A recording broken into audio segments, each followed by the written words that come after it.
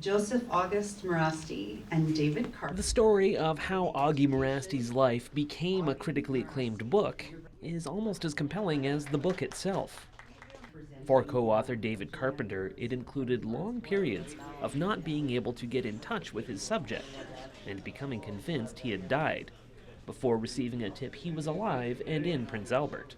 I said, Augie Merasty? And the guy asked me why I wanted to know. I said, well, he's written a book. He says, you mean he really wrote a book? You see, he'd been telling people for a decade that he's writing a book, and yet they would say, yeah, sure, Augie. That book is The Education of Augie Merasty, which tells his story of surviving a residential school.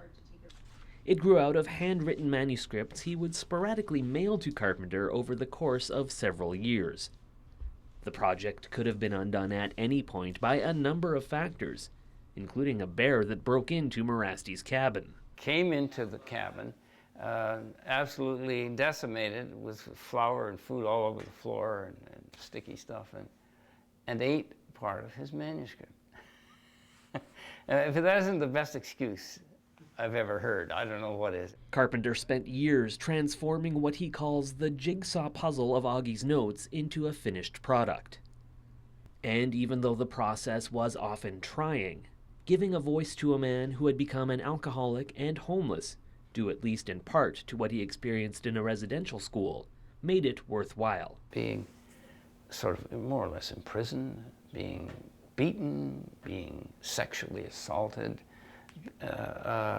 he just about lost everything in there. And writing this book was that important to him. He had to exorcise those ghosts.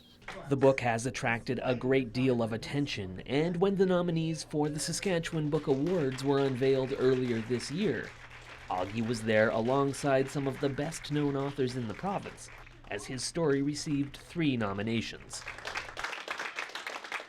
Carpenter also received the Cheryl and Henry Kloppenberg Award for Literary Excellence last fall, in part for The Education of Augie Merasty, but also his 12 other books. You get the award for a body of work, and probably the Merasty book got people thinking about my work, and so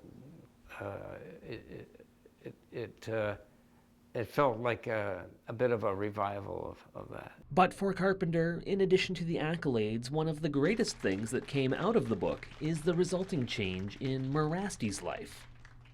Now in his mid-80s, he has a roof over his head in a retirement home and has reconnected with several members of his family. I know he's still haunted, but he acts sort of like a redeemed man. And so maybe his final years are going to have some kind of sense of grace to them that he never had before. For Go on Shaw TV, I'm Simon Hyatt.